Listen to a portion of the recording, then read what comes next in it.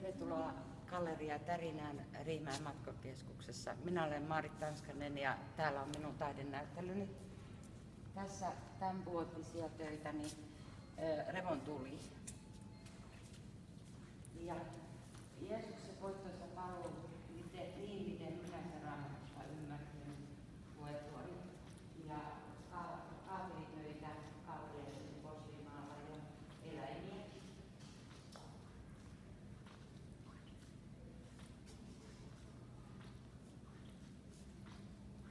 Tässä sitten on posliinimaalauksia astioihin, joita ajattelin lapsillenikin tehdä. Ja sitten mä tykkään kovasti näistä villieläimistä, niin mä oon niitäkin maalannut ja muutaman kissan.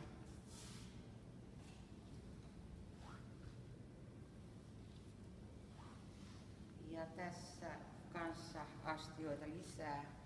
Siinä on yksi keraaminen ruusukin. Ja sitten tommonen pariskunta ja sapluunatekniikalla tehtyjä astioita, nämä mansikkaasti.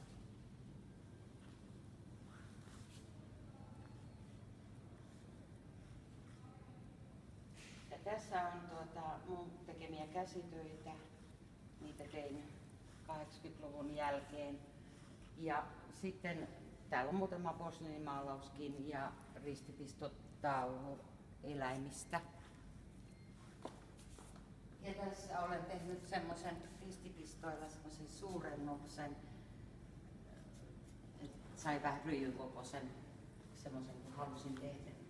Ja täällä on muutamia maalauksia tämän 2 viimeisen vuoden ajan näitä maisemia. Siinä on Juppalastakin, valokuvasin näitä joutsenia. Ja täällä näitä villieläimiä, suomalaisia ja myöskin kanadalainenkin yksi joukossa ja näitä hevosia ja muita sellaisia.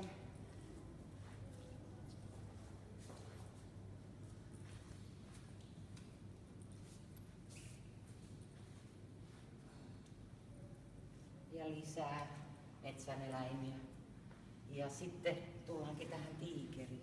Niistä mä tykkään kovasti. On aina noin 2002. Ja tässä 99 siitä mä aloitin oikeastaan. Ja Jeesuksen palvelu. Jeesuksen kuvia kanssa pitää tehdä. Jostain syystä halusin kokeilla niitäkin tehdä. Ja tässä nainen, joka on pelastautunut haaksirikossa ristille.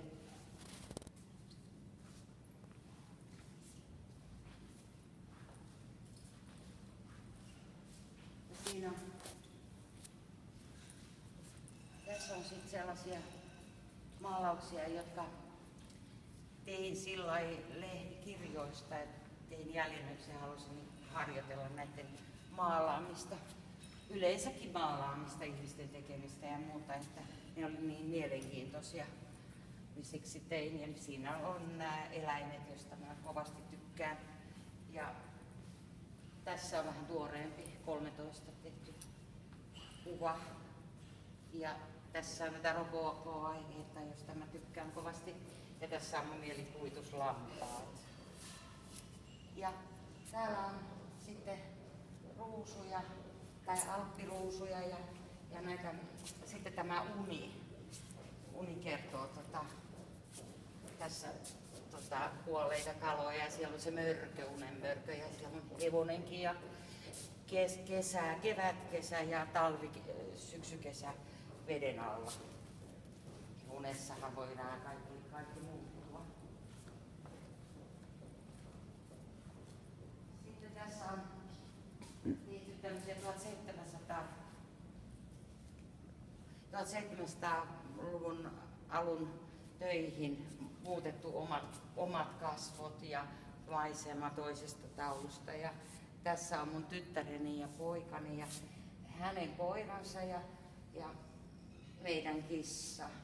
Ja sitten tietysti kun mä mieheni, niin halusin maalata aurinkokuninkaaksi, koska se on niin mun läheinen ihminen.